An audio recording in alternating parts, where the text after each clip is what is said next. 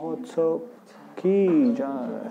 श्री नित्यानंद प्रभु की जय। समवेत भक्त वृंद की जय। श्री श्री गुरु गौरांग हरे नमः। श्रीमते कृष्ण श्रीमते भक्ति विकास स्वामी नमो विष्णुपदाय कृष्ण प्रेष्ठाय भूतले श्रीमते भक्ति वेदांत स्वामिनि नामिने नमस्ते सारस्वती देवी प्रचारिणे निर्विशेष शून्यवादी पाश्चात्य देश तारिणे वंदेहम श्री गुरु श्रीयुतपदकमलं श्री गुरून् वैष्णवांश श्रीरूपं साग्रजातं सागर रघुनाथान्वितं तं सजीवं साद्वैतं सावधूतं परिजनसहितं कृष्ण चैतन्य देवं श्री राधा कृष्ण पादान् सगण ललिता श्री विशाखान्वितांश जय श्री कृष्ण चैतन्य प्रभु नित्यानंद श्री अद्वैत गदाधर श्रीवासदि गौर भक्तवृंद हरे कृष्ण कृष्ण कृष्ण हरे हरे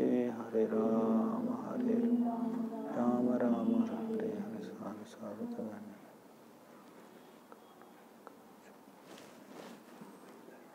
हरे कृष्ण। ಕನ್ನಡ ಟ್ರಾನ್ಸ್ಲೇಷನ್ ಮಧ್ಯಾಹ್ನ ಕನ್ನಡದಲ್ಲಿ ಪ್ರವಚನ ಆಗಿದೆ. ಈಗ ಹಿಂದಿನಲ್ಲಿ ಮಾಡೋದು. ಈಗ ಕನ್ನಡ ಅನುವಾದ ಮಾಡ್ಬೋದು. One of you can do. Hindi ಬರುತ್ತಾ ನೀವು? ಇವ್ರು ಕನ್ನಡ ಬೇಕಲ್ಲ, ಹಿಂದೆ ಕೊಡ್ಬೋದು. ಇವ್ರು ಮಾಡ್ತಾರೆ ಕನ್ನಡದಲ್ಲಿ ಅನುವಾದ. You can take him also. One of you, any one of you.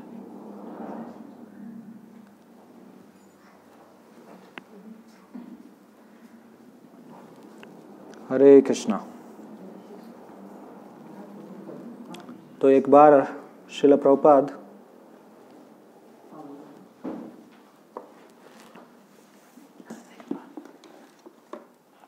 you go and on no.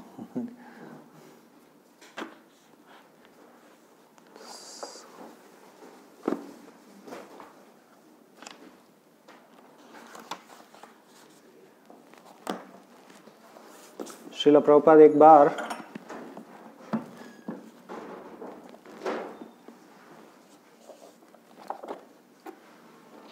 think we should allow them to settle down. प्रश्न पूछे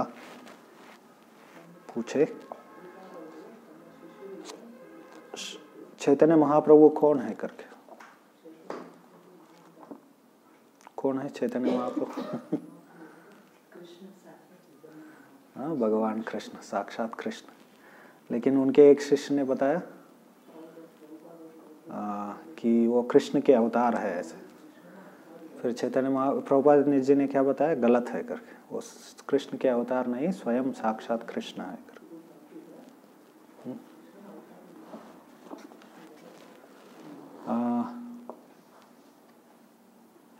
तो इसके लिए बहुत सारा प्रमाण है शास्त्रों में।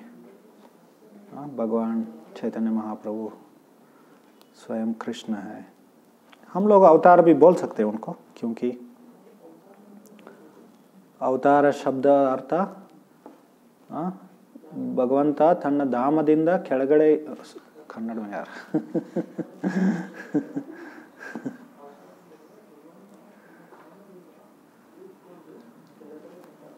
जब भगवान अपने धाम से उतर कर आते हैं तो यहाँ धरातल पर आते हैं तो उनको अवतार कहते हैं। तो चैतन्य महाप्रभु को भी अवतार कह सकते हैं, लेकिन वो साक्षात कृष्ण है। विस्तार भगवान के विस्तार नहीं है। तो इसके लिए बहुत सारे प्रमाण हैं शास्त्रों में।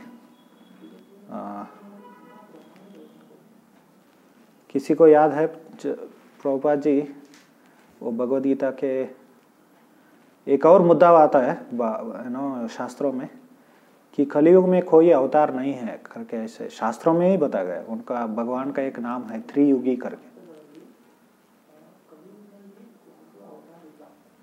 फिर कैसे सिद्ध करेंगे कि कलयुग में भी अवतार है करके? फिर चैतन्य महाप्रभु को कैसे अवतार स्वीकार कर सकते हैं हम लोग? तो शास्त्र में ऐसे बताया गया 3 युग में ही भगवान प्रकट हो जाते हैं।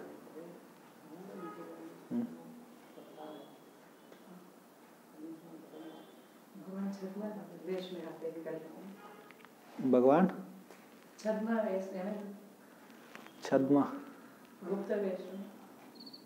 हाँ, छन्न अवतार।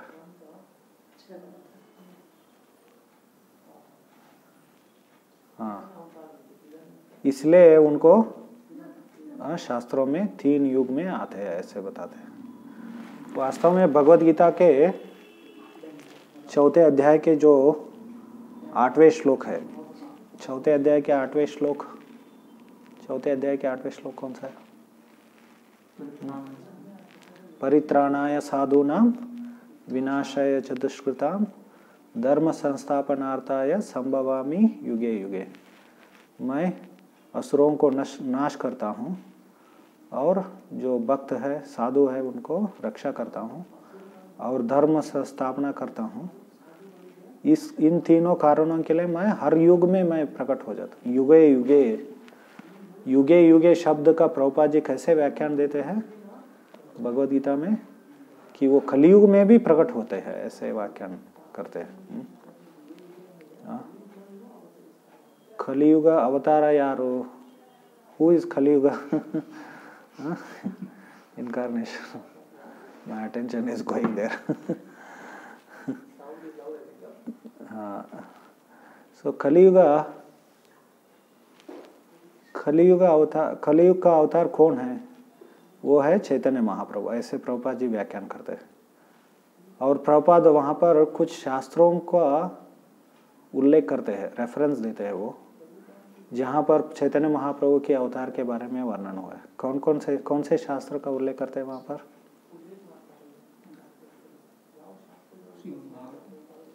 श्रीमद् भागवतम। और याद है किसी को भगवद गीता? भगवद गीता का तात्पर्य, प्रभुपाद जी के तात्पर्य।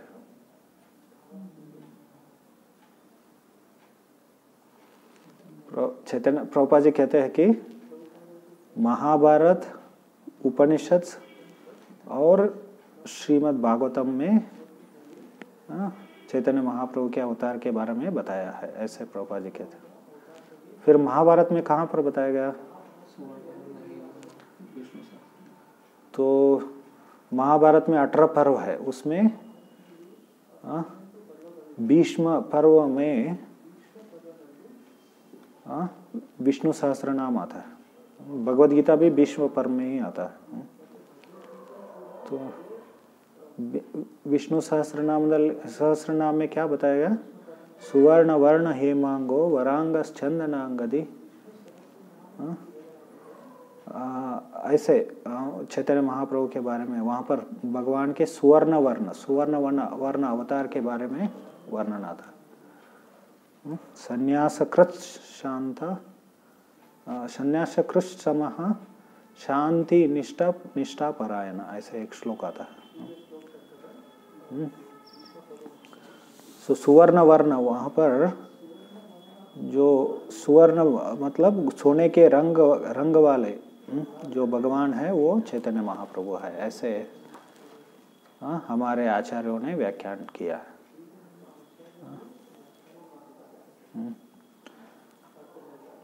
It's allowed.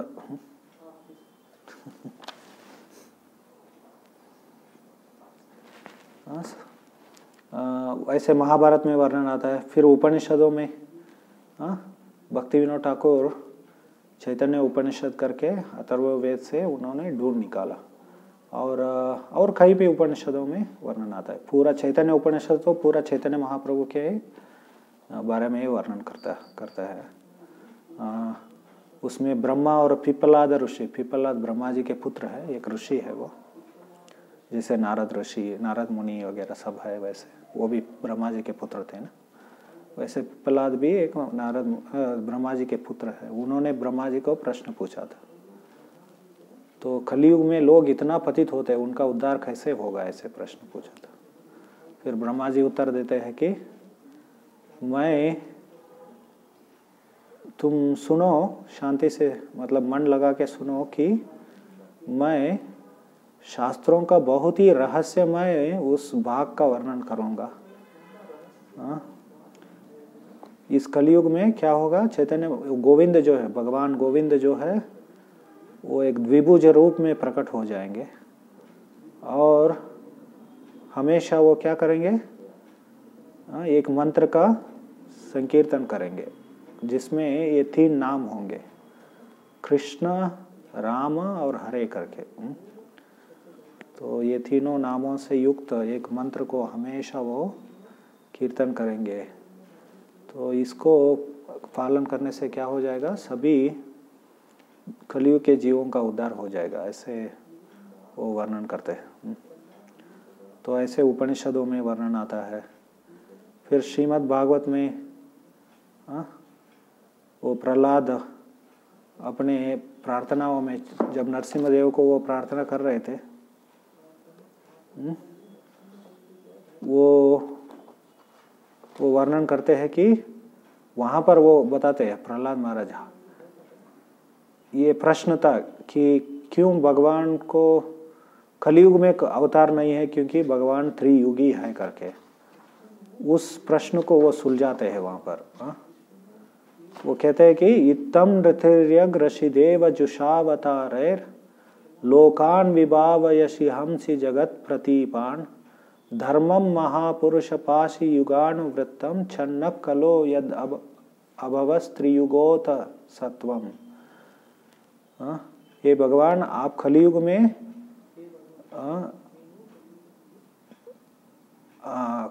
में क्या है, छन्नक कलो, आप गुप्त रूप में प्रकट हो जाते हैं, इसलिए आपको त्रियुगी कहा गया है।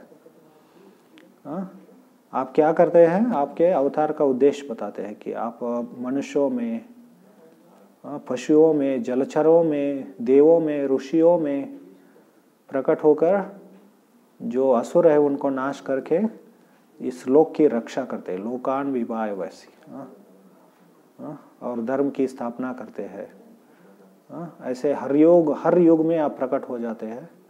कलयुग में क्योंकि आप गुप्त रूप में आते, प्रकट होते हैं, इसलिए आपको छन्न अवतार कहा गया, लेकिन और आपको त्रियुगी कहा गया है शास्त्रों में, ऐसे प्रहलाद महाराज कहते हैं। तो ये एक, और यहाँ पर भी हमारे आचार्य व्याख्यान करते हैं कि चैतन्य महाप्रभु कलयुग का अवतार है करके। यहाँ पर प्रहलाद चैतन्य महाप्रभु के बारे में बता रहे थे, ऐसे व्याख्यान करते।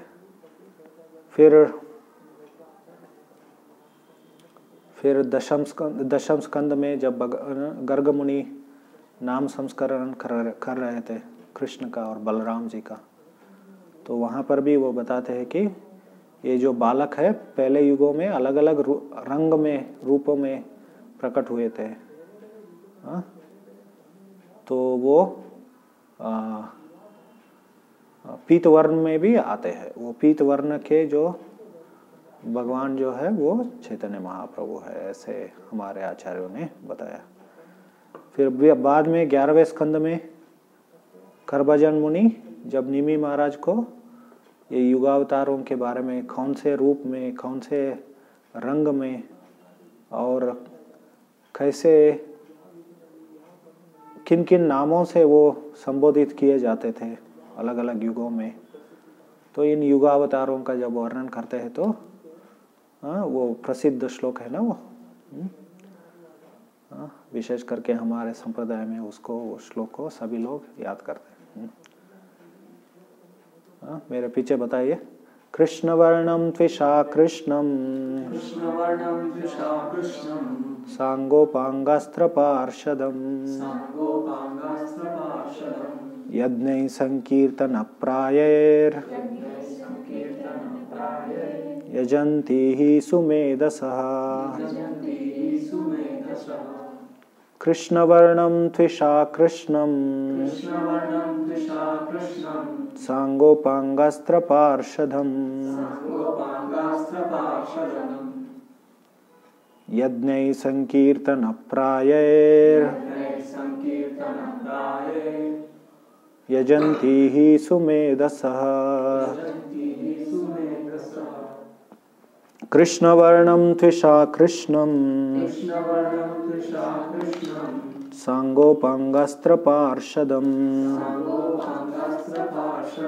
यज्ञैः संकीर्तनप्रायैर् यजन्ति हि सुमेधसः कृष्णवर्णं त्विषा कृष्णं सांगोपांगस्त्रपार्षदम् यज्ञैः संकीर्तनप्रायैर् यजन्ति हि सुमेधसः। इस कलयुग में बुद्धिमान लोग भगवान के उस अवतार को आराधना करते हैं संकीर्तन यज्ञ के द्वारा, जो हमेशा कृष्ण कीर्तन में लगे रहते हैं। और वो अपने पार्षद, अपने अंश अवतारों से घिरे रहते, ऐसे यहाँ पर बताया गया। तो ये चैतन्य महाप्रभु के बारे में तो हुआ। आज तो नित्यानंद त्रयोदशी है, अभी नित्यानंद प्रभु के बारे में चर्चा करना चाहिए।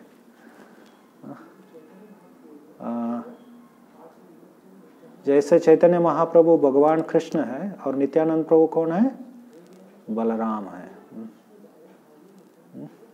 इसके लिए प्रमाण क्या है? शास्त्र का प्रमाण। क्योंकि जब भी कोई अवतार को हम लोग मानते हैं तो हमें शास्त्र का प्रमाण देना चाहिए, शास्त्र के आधार पर समझना चाहिए अवतारों को, है ना। हम लोग जानते हैं ना वो अवतार, हमें शास्त्र के आधार पर जानना चाहिए। इसके लिए क्या प्रमाण है शास्त्रों से? What is the evidence for?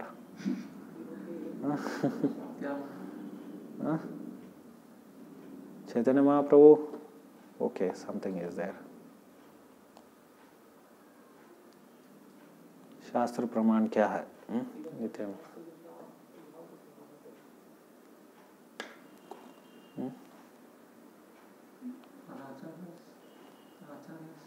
Acharyas. I have my acharyas. Why I should believe in your acharyas? हम लोग आचार्यों के बारे में हमारा गुरु ने बताया तो वो लोग बोलेंगे हमारे भी अलग गुरु है, वो बताते हैं नहीं है ऐसे ऐसे।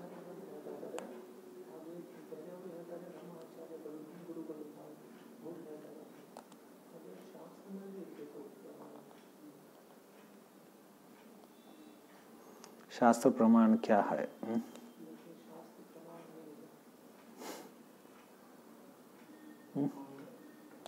उपांग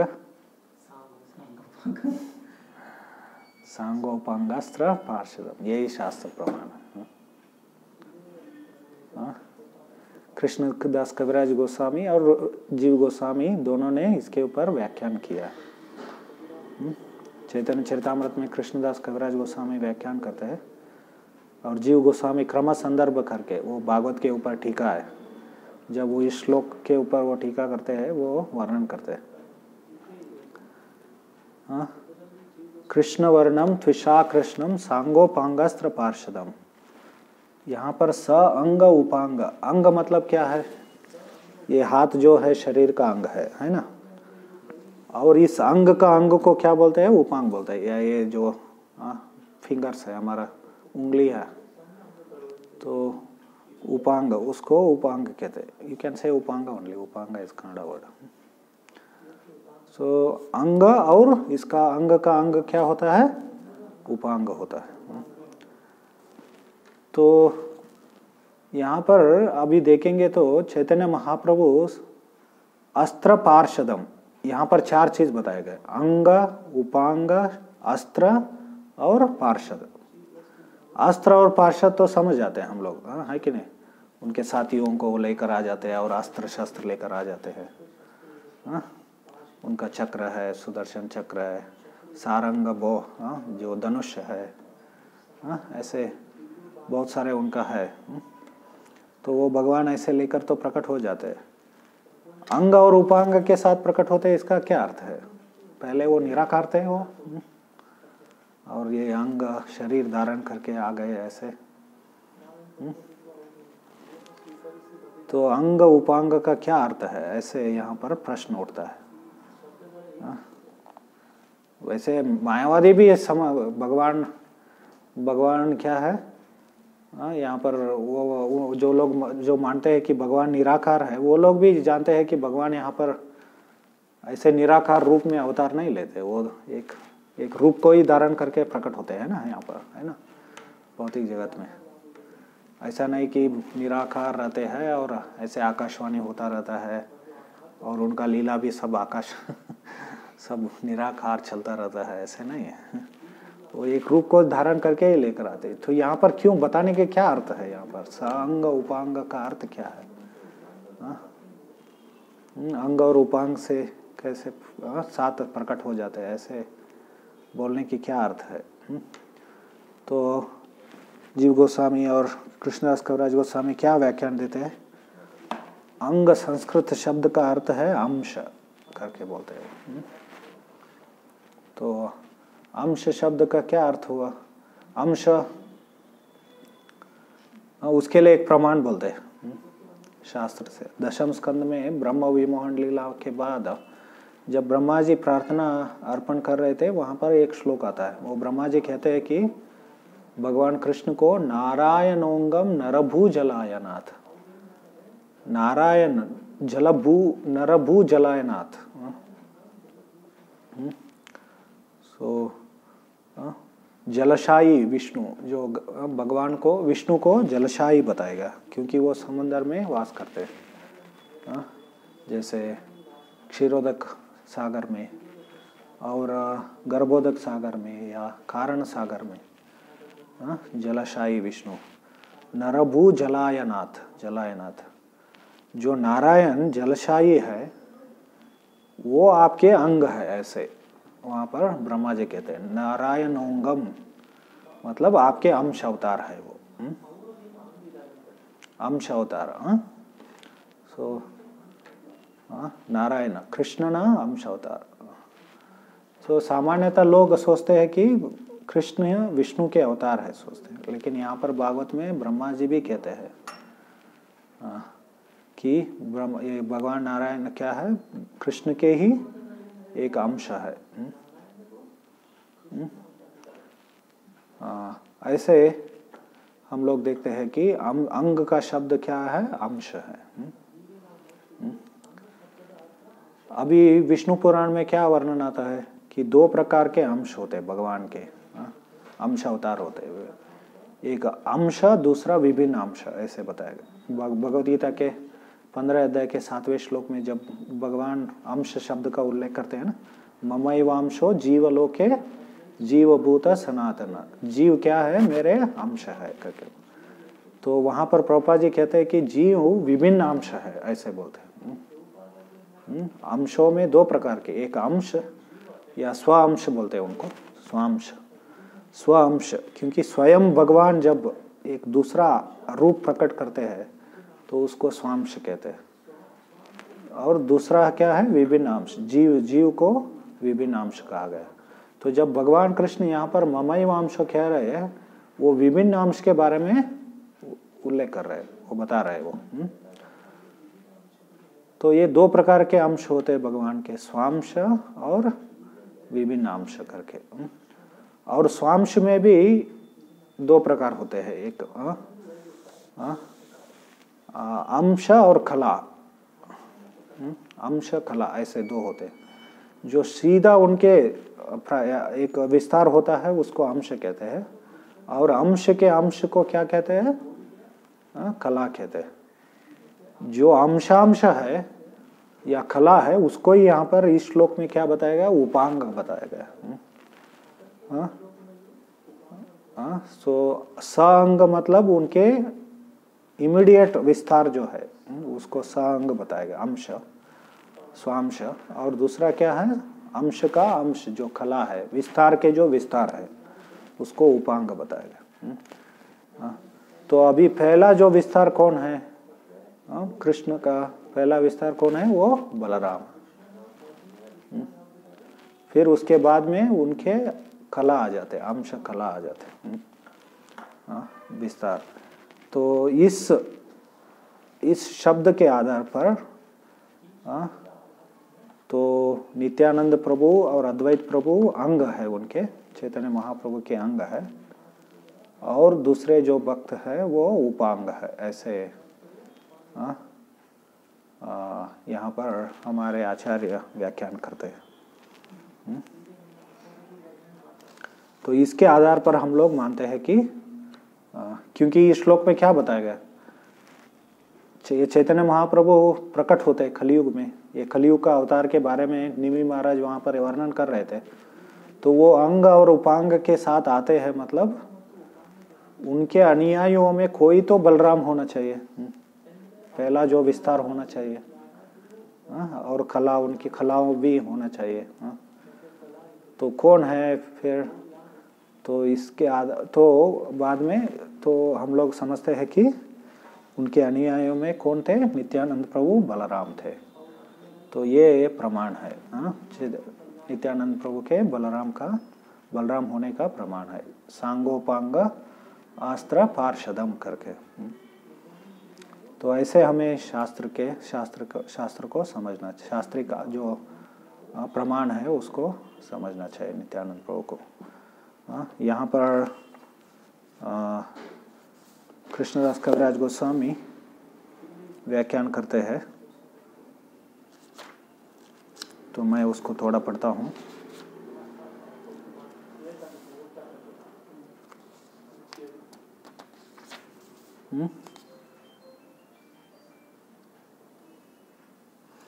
जीवेर कल्मषतमो नाश खरी भारे, अंग उपांग नाम नाना अस्त्र धरे, नाम अस्त्र धरे। चैतन्य महाप्रभु जीवों के, कलयुग के जीवों के कल्मष और अज्ञान को नाश करने के लिए अंग उपांग नाम नाना अस्त्र धरे।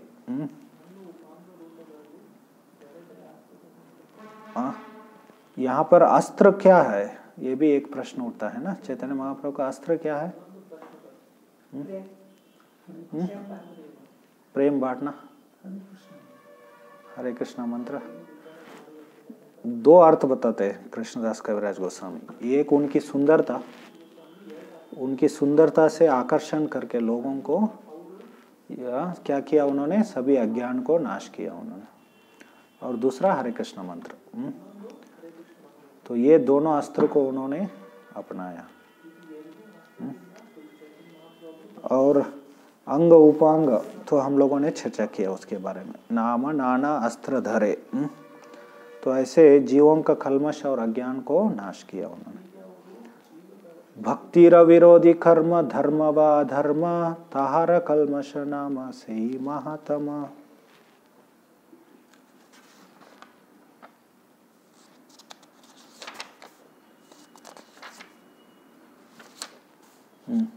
भक्तिर विरोधी कर्म धर्म व अधर्म। अभी कर्म और धर्म को पालन कर रहे हैं, लेकिन वो भक्ति विरोधी है, वो भी अज्ञान का लक्षण है, वो भी कल्मश है। और अधर्म, तो ये सब कल्मश है। ये सभी सही महात्मा, ये सभी महान अज्ञान के लक्षण है, ऐसे बताते हैं।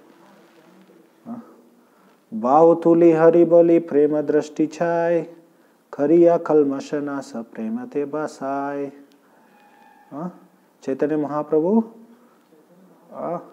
हाथ ऊपर करके हरि नाम संकीर्तन करते हैं तो और प्रेम दृष्टि, अपने दृष्टिपात किया जीवों के ऊपर, ऐसे कल्मश नाश करके सबको कृष्ण प्रेम में डुबो दिया उन्होंने। तो इसके लिए वो कुछ प्रमाण देते हैं रूप गोस्वामी के चैतन्य अष्टकम से। स्मितालोक शोकम हरति जगताम यस्य परितो, गिराम तु प्रारंभः कुशल पटलिम पल्लवयति, पदालंबखम वा प्रणयति नहि प्रेम निवहम, सदेवश्चैतन्याकृतिर अतितराम नः कृपयतो। तो फिर वो आगे श्री अंग श्री मुख यही खरे दर्शन, तार पाप क्षय हय पाप पाए प्रेमदन। तो वो कहते हैं कि इनका जो श्री अंग और श्री मुख का जो दर्शन करते हैं उनका पाप क्या हो जाएगा? नाश हो जाएगा। पाए प्रेम धन, प्रेम धन को प्राप्त करते हैं। तो अभी तो नहीं है चैतन्य महाप्रभु, फिर कैसे उनका दर्शन करेंगे?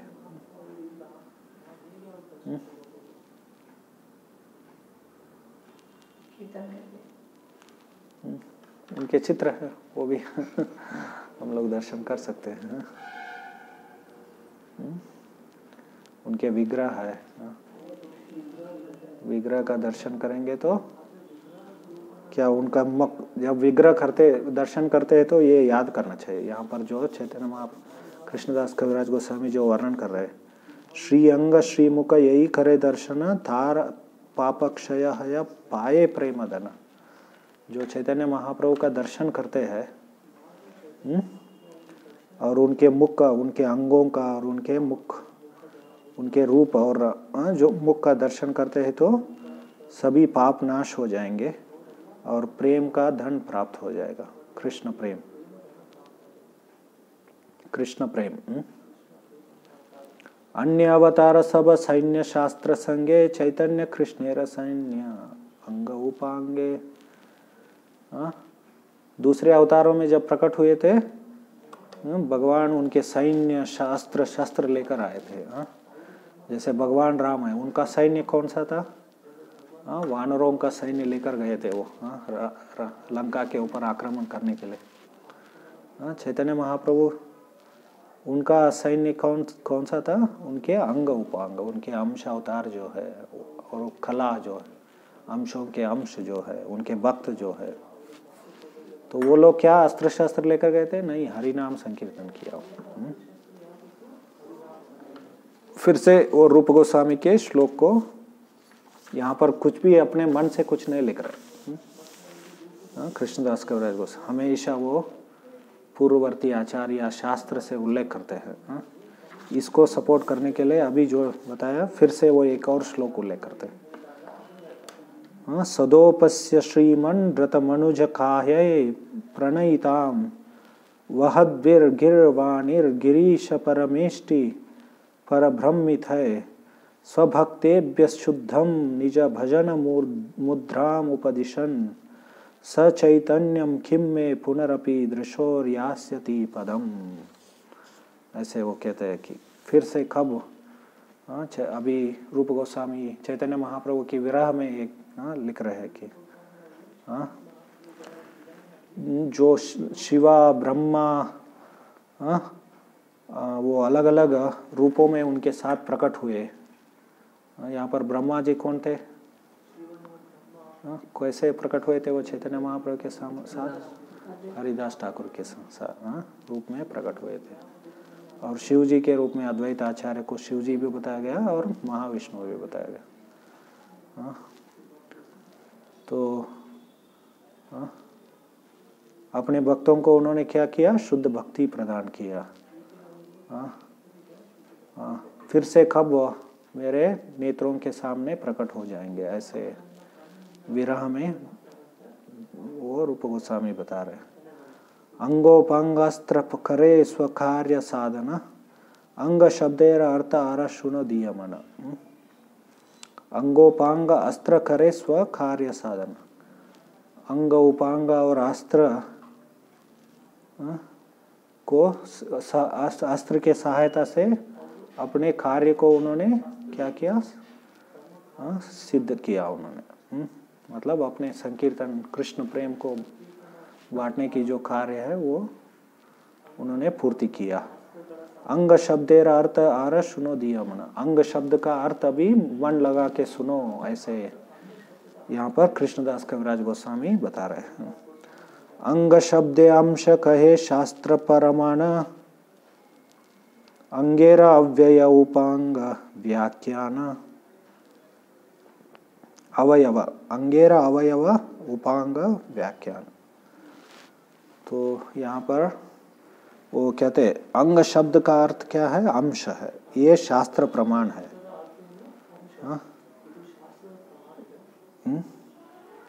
फिर वो श्लोक मैंने बताया था ना, नारायणस्त्वम नहि सर्वदेहिनाम आत्मस्य अधिशाकिल लोक साक्षी नारायणोंगम नरभूजलायना तच्छापि सत्यम न तवैव माया।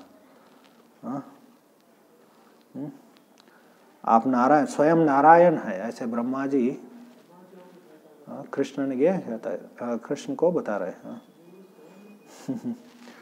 आप स्वयं नारायण है, सभी जीवों के हृदय में आप विद्यमान है। आत्मस्य अधिशाकिल लोक, आप जलशाही, आप विष्णु है, नारायण है। नरभू जलायनाथ नारायणोंगम, तो नारायण आपके अंग है ऐसे बताते हैं। तच्छापि सत्यम न तवैव, ये सत्य है ऐसे कहते हैं। और नारायण और आप जो आपके जो अंग है वो माया निर्मित नहीं है। न तवैव माया। तो इसका अर्थ क्या है कि भगवान के जो भी विस्तार और अंश अवतार होते हैं वो माया निर्मित नहीं है। वो स्वयं आप आध्यात्मिक, आपका आध्यात्मिक रूप है, स्वयं आपके प्राकट्य रूप है ऐसे कहते हैं। फिर आगे वर्णन करते हैं, जलशाही अंतर्यामी ये नारायण से ही तो मारा अंश तुमी मूल नारायण। तो इस श्लोक पर कृष्णदास कविराज गोस्वामी व्याख्यान करते हैं कि जलशाही अंतर्यामी ये नारायण से ही तो तुम्हारा अंश, वो आपके अंश है ऐसे बोलते। तुम्ही मूल नारायण, नारायण के आदि है, आदि नारायण है आप। अंग शब्द अंश कहे से हो सत्य है, माया कार्य नहीं सब चिदानंदमया। तो ये सभी भगवान के जो अंश होते हैं वो चिदानंद, सच्चिदानंद होते हैं, माया से निर्मित नहीं। तो वो फिर कहते हैं कि अद्वैत नित्यानंद चैतन्य दुई अंग अंगेर अवयवगण कहिए उपांग। तो अद्वैत और नित्यानंद कौन है? वो चैतन्य महाप्रभु के दो अंग है, दुई अंग है ऐसे कहते हैं, उनके दो अंश अवतार है ऐसे इसका अर्थ। यहाँ पर कृष्ण वर्णम त्विषा कृष्णम सांगोपांगास्त्र पार्षदम का अर्थ क्या हुआ? फिर चैतन्य महाप्रभु उनके जो अंश है नित्यानंद प्रभु और अद्वैत आचार्य उनके साथ प्रकट हो जाते हैं ऐसे। और उपांग कौन है? उनके अवयव जो होते हैं।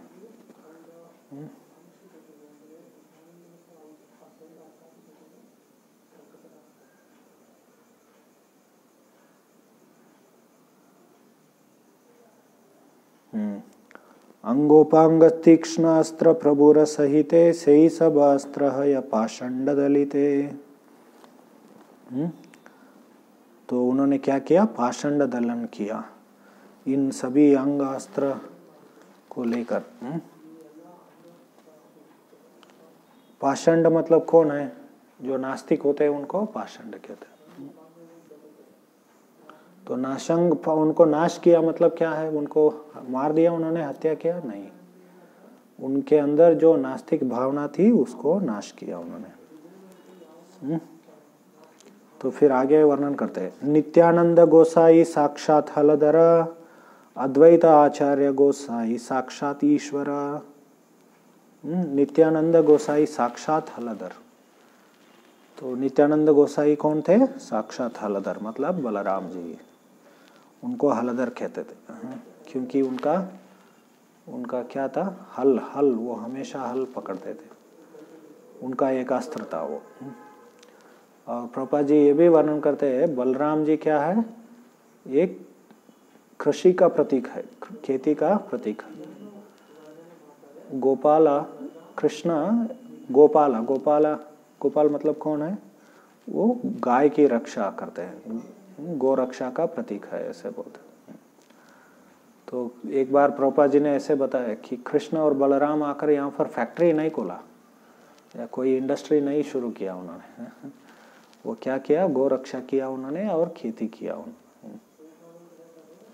तो हमारे अर्थव्यवस्था कैसे होना चाहिए? खेती और गो रक्षा के ऊपर होना चाहिए। लेकिन आधुनिक भारत के महान बुद्धिजीवी वो लोग क्या है, पाश्चात्य देश के जो उद्यमी क्या बोलते हैं, औद्योगिकरण जो है उसको स्वीकार किया। भारत के जो पहले प्रधानमंत्री, महान प्रधानमंत्री, factories will become the temples of modern Indians, ऐसे बता कि आधुनिक भारतीयों का मंदिर कौन सा होंगे, फैक्ट्री उनके मंदिर होंगे। ऐसे तो ऐसे मूर्ख लोग आकर पूरा देश को नाश कर देते हैं या संस्कृति को नाश करते हैं। तो ये मतलब फैक्ट्री क्या है, वो अनावश्यक चीज़ों का उत्पादन करना और उनको जाहिरात के द्वारा एडवर्टाइज करके क्या करना, उनको बेचते रहना। आजकल लोग इंटरनेट से सब ऑर्डर करते हैं ना सब अपने हाथ में आ गया अभी इंटरनेट। तो इससे क्या हो जाता है, मनुष्यों का जो शक्ति और समय जो है वो व्यर्थ हो जाता है। जैसे अभी आप मार्केट में जाएंगे तो इतने हजारों फेयर के चप्पल रहते हैं, शूज़ और चप्पल शोरूम में रहते हैं। इतने सारे कार का शोरूम है, इतने सारे कपड़ों का शोरूम है। पहले ज़माने में ऐसे नहीं होता था, वो चमार होता था। जब भी ज़रूरत पड़ता था उसको बोल देते थे, आप थोड़ा मेरे लिए क्या है, चप्पल बना के दे दो करके। वो इतना सारा बना के रखता नहीं था वो। तो ये ऐसे अनावश्यक इतने सारे चीज़ों को बना के उत्पादन करके क्या करना, उसको बेचते रहना। और इसके कारण कोई रेगुलेशन नहीं है। इसके कारण क्या हो जाएगा, मनुष्य का जो जीवन और समय जो है, जो आत्म साक्षात्कार के लिए, भगवत साक्षात्कार के लिए, भगवान के बारे में श्रवण कीर्तन करने के लिए, पहले ज़माने में लोग सुबह शाम रामायण महाभारत से सुनते थे, गीता भागवत से श्रवण करते थे। तो वो छोड़कर अभी क्या करना पड़ा, दिन रात यहाँ पर ये सभी तो उत्पादन करने में लगे रहते।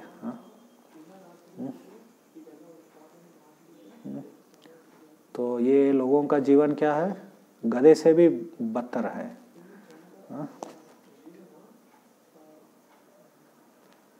खत्तेगिंत कीड़ो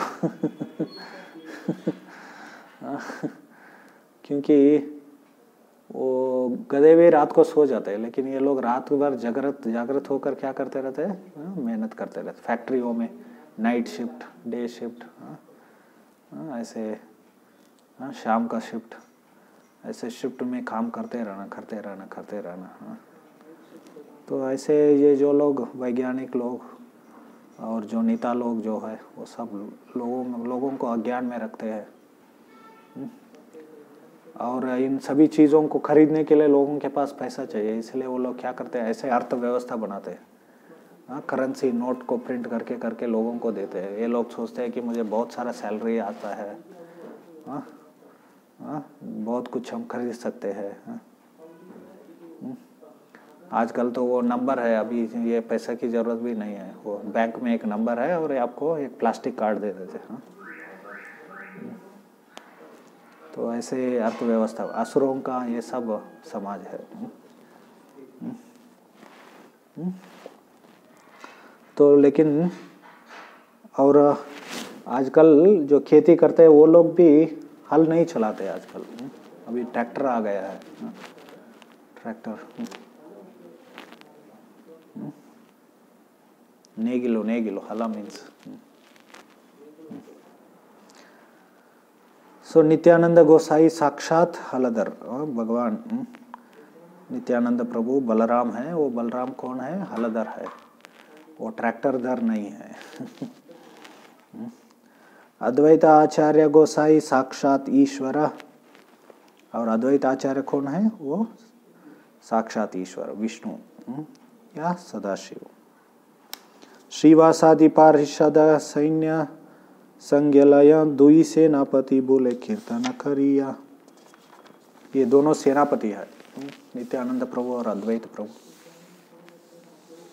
और सभी सेना को लेकर श्रीवास आदि जो भी भक्तगण है वो सेना है इनके सेना। और वो लोग क्या करते हैं, संकीर्तन करके सभी जो आसुरी प्रवृत्ति है, पाप करने की प्रवृत्ति है या अज्ञान जो है उसको नाश करते हैं।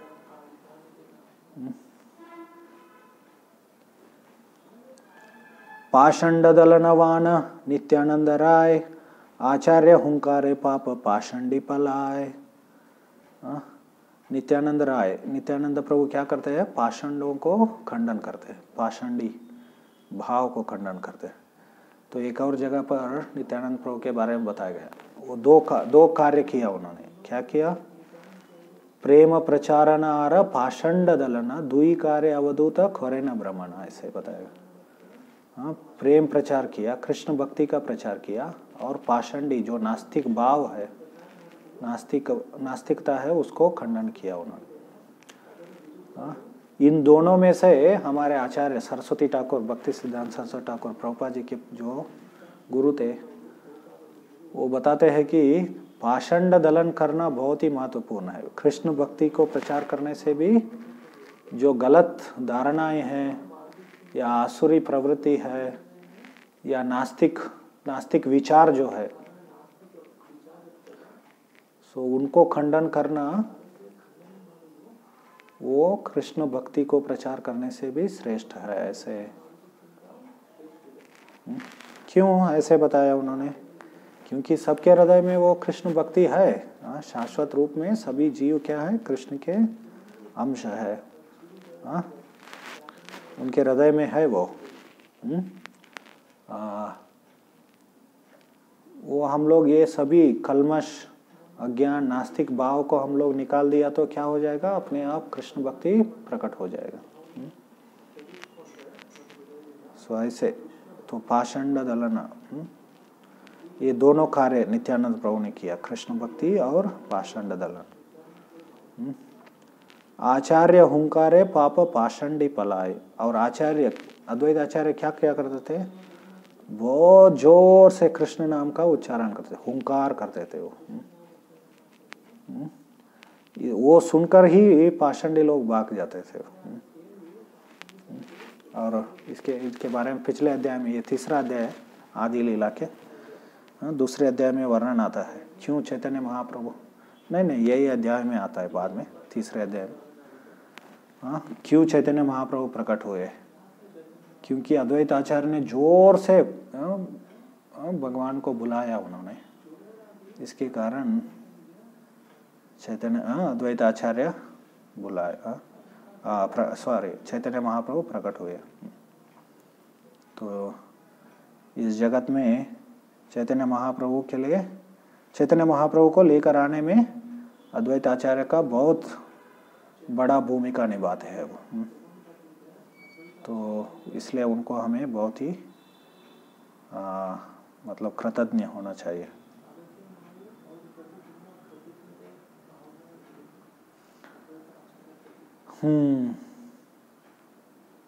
तो ऐसे यहाँ पर कृष्णदास कविराज गोस्वामी नित्यानंद प्रभु के तत्व के बारे में वर्णन करते हैं।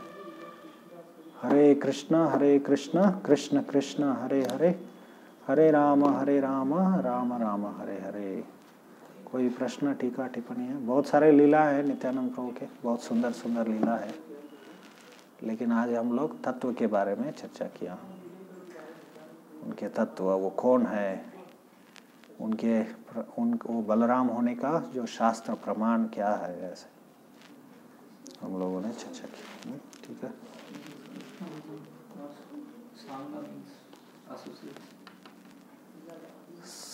Sangha means till now what you heard. Sa-anga, with his associates he appears. Anga means amsha, amsha means he appears with his expansions, first expansion, that is Balaram. Okay, Parshada means associates. So Sangha means like Anga, this, and Amsha and Amshamsha. So in that way, we see that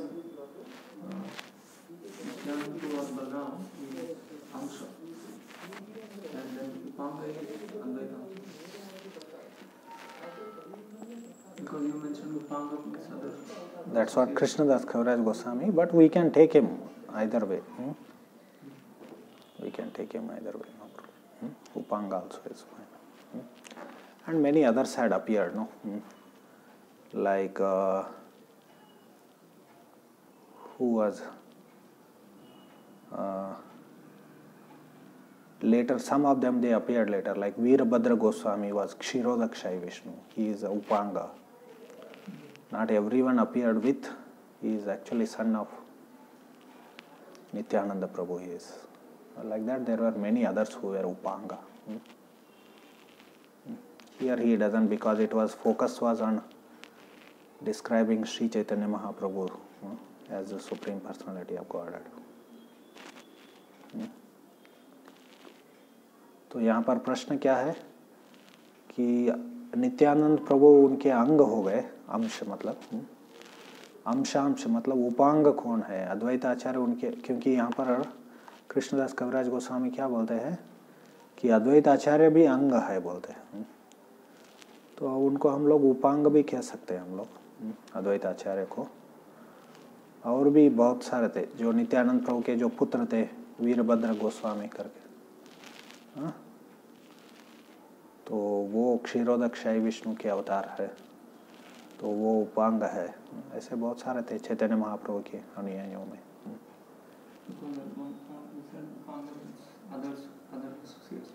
Because that is what here it is explained. Both are explained. ठीक है, और कोई प्रश्न है? सतयुग में हम सब जीवों का उद्धार क्यों नहीं हुआ? भगवान जब साक्षात थे क्योंकि हम लोग और भी कलयुग का अनुभव करना चाहते थे। हमारा इच्छा है वो। एक्चुअली ऐसे बताया गया चैतन्य भागवत में बताया गया, जब वासुदेव दत्त ने भगवान से विनंती किया, प्रार्थना किया, आप क्या कीजिए, पूरा सभी जीवों को उद्धार कर दीजिए, उनके जो भी पाप है मुझे दे दीजिए, मुझे दे दीजिए। ऐसे जब उन्होंने प्रार्थना किया तो भगवान तो उत्तर ये भी देते हैं कि आप कितने जीवों को उद्धार करेंगे। वो क्या है, वो मस्टर्ड सीड्स, राई। तो जितने एक बैग में राई होते हैं उतने सारे ब्रह्मांड है, उतने सारे जीव भरे पड़े हैं सभी ब्रह्मांडों में। कितने सारे जीवों को आप उद्धार करेंगे। लेकिन फिर भी उनके इच्छा थी वासुदेव दत्त की, चैतन्य महाप्रभु ने ये पूरा ब्रह्मांड खाली कर दिया बोलते। तो इसका अर्थ है क्या है, हम लोग यहाँ पर नहीं थे उस समय, हम लोग कहीं और ब्रह्मांड में थे। फिर यहाँ पर आ गए अभी भ्रमण करते करते। फिर भी हम लोग सौभाग्यशाली है, क्योंकि चैतन्य महाप्रभु अभी प्रकट हुए थे 500 साल पूर्व। अभी भी उनका आंदोलन चल रहा है। तो अभी हम लोग फायदा उठाएंगे तो क्या हो जाएगा, हम चले जाएंगे, नहीं फायदा उठाएंगे तो क्या हो जाएगा, फिर ऐसे ही कोई और ब्रह्मांड में जाएंगे। लेकिन अभी भी जो भी किया हम लोग वो भी बहुत काफ़ी है, मतलब हमारे उद्धार के लिए बहुत सहायक होगा वो। और तीव्रता से भक्ति करना चाहिए, तपस्या करना चाहिए।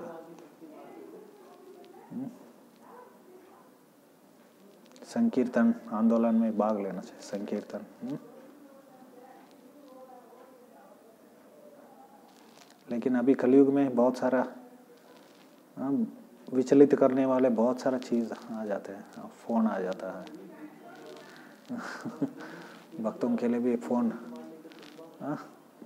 कोई एक ब्रह्मचारी बोल रहे थे, बोलते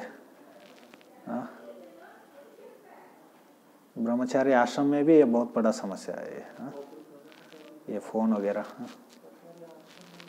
तो वो बोल रहे थे, बोलते अमेरिका के 3 मल्टीनेशनल कंपनी आकर ब्रह्मचारी का खोपिन भी उतार दिया है सब। मतलब ब्रह्मचारी लोग क्या है, ब्रह्मचारी वेस्ट को त्याग करके गृहस्थ बन गए ऐसे। ये मल्टीनेशनल कंपनी, 3 मल्टीनेशनल कौन कौन से, वो व्हाट्सएप, हाँ, फेसबुक और यूट्यूब, हाँ, Google, YouTube is Google company. अच्छा अच्छा, तो ये गूगल, फेसबुक और व्हाट्सएप आके पूरा ब्रह्मचारी को भी, हाँ, पदभ्रष्ट कर दिया ऐसा।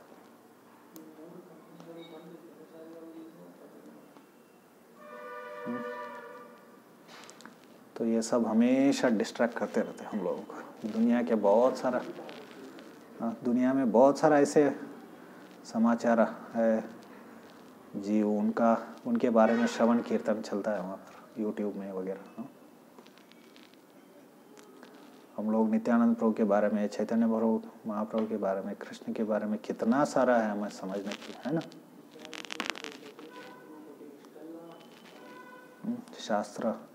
शास्त्र में इतना सारा चीज वर्णन किया गया।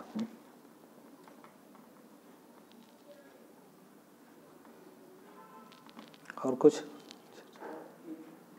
जी, बलराम है भगवान के विस्तार है, तो वो भगवान से छोटे हुए ना, तो वो गुरु पद पे कैसे है? क्योंकि जो मूल भगवान है उनको कुछ लेना देना नहीं, गुरु भी नहीं बनना है, सिर्फ उनको क्या करना है, अपने भक्तों के साथ लीला करना है। उनको यहाँ भौतिक संसार में क्या करना है, कुछ नहीं। वो अपने अलग अलग जो विस्तार होते हैं उनके लिए अलग अलग कार्य दे देते हैं वो।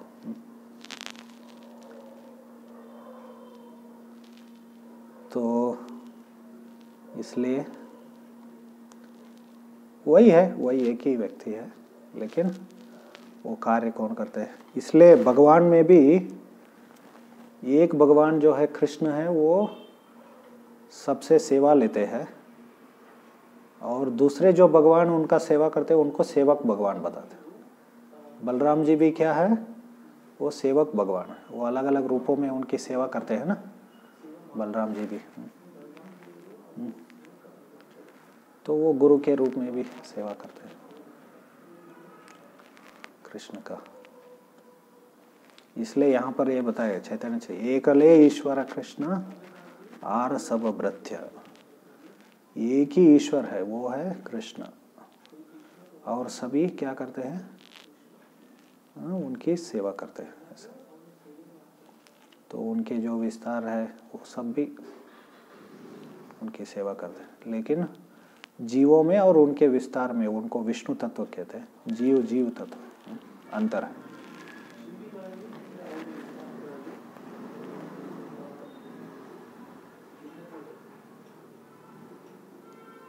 देन ठीक, हरे कृष्णा। नित्यानंद प्रभु की जय। नित्यानंद त्रयोदशी महोत्सव की जय। हरे कृष्ण।